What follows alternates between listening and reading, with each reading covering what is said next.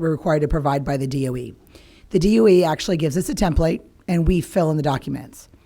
However, it doesn't limit us to only what the DOE requests. So as a district, I would appreciate the fact that we would be transparent and we would provide a policies and procedure to our students with ESE and all of our disabilities to be as robust, for lack of a better word, and transparent to our actual policies and procedures within Hillsborough County. Not Florida, state of Florida, but Hillsborough County. Because if I was a parent and I'm going to look for our policies and procedures, I'm going to go to this document because this is what we're claiming is our policies and procedures for ESE. Mr. Van Ayers, is there a reason why we're not putting those in and we're only limiting to what were requested by DOE? No reason on my end. This is, we would submit this every 3 years. This is the policies and procedures that we are submitting to the state of Florida. Of course, we have procedures that are set behind that. However, this is what is coming before you today. I'm going to be honest, I'm not going to approve this because this is not what Hillsborough County is doing. It is not what our parents think we're doing.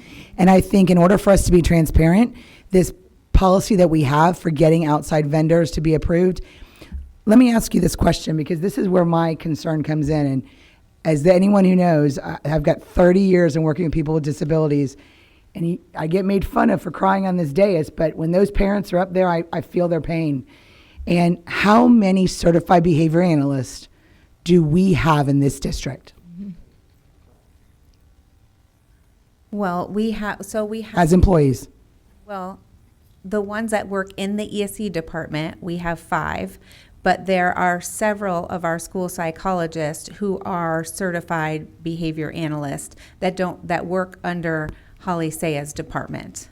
But how many of them are providing behavior analysis services to our ESE students? 5?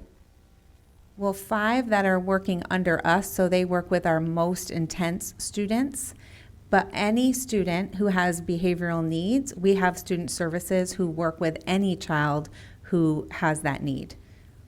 All right, let me ask this question so I make sure I understand it. If I've got a child with autism that has significant behaviors that are impairing their ability to function with the normal level of function for their age and environment, will they be assigned a behavior analyst to provide a behavior intervention plan? Or do we not have enough within the district to provide that to all of those students that meet that criteria? That would be included in their IEP. So it would depend on the student. Not every student with autism who has behavior necessarily needs a BCBA. They may need a teacher intervention, but teachers write behavior plans all the time. But for our most intense students, our BCBAs are the one helping and writing those plans with our staff in collaboration with the team. Okay, so where my frustration comes in is the fact that a certified behavior analyst has been trained on direct behavior intervention that is going to be therapeutic to improve that behavior over time regarding reinforcers, behavior analysis, in any environment in which they do. So us creating a policy which unloads barriers to get that certified staff in there, and yet we're okay with someone who does not have that same level of training to do that. So again, that's where we're having a disconnect between that. And I'm not disrespecting our teachers in our ESC classrooms. Let me make that very clear. They work day in and day out in very difficult environments.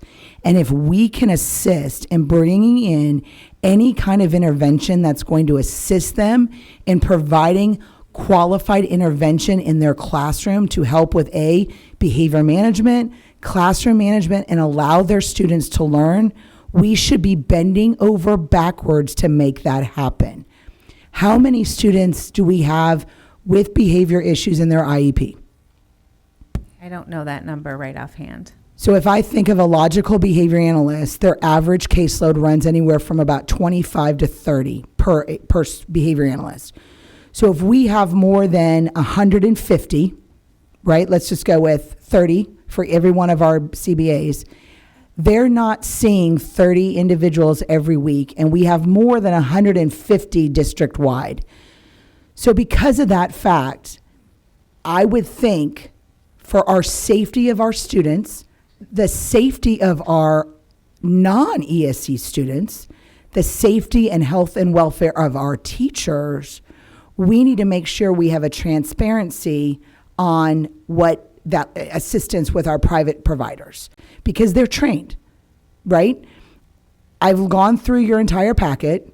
There is no place in this packet where it defines who's going to be part of that collaboration team other than the principal will have a collaboration with the parent. Doesn't talk about anyone else coming in. So we're not requiring anyone else to come in. There's no doubt that this is a barrier.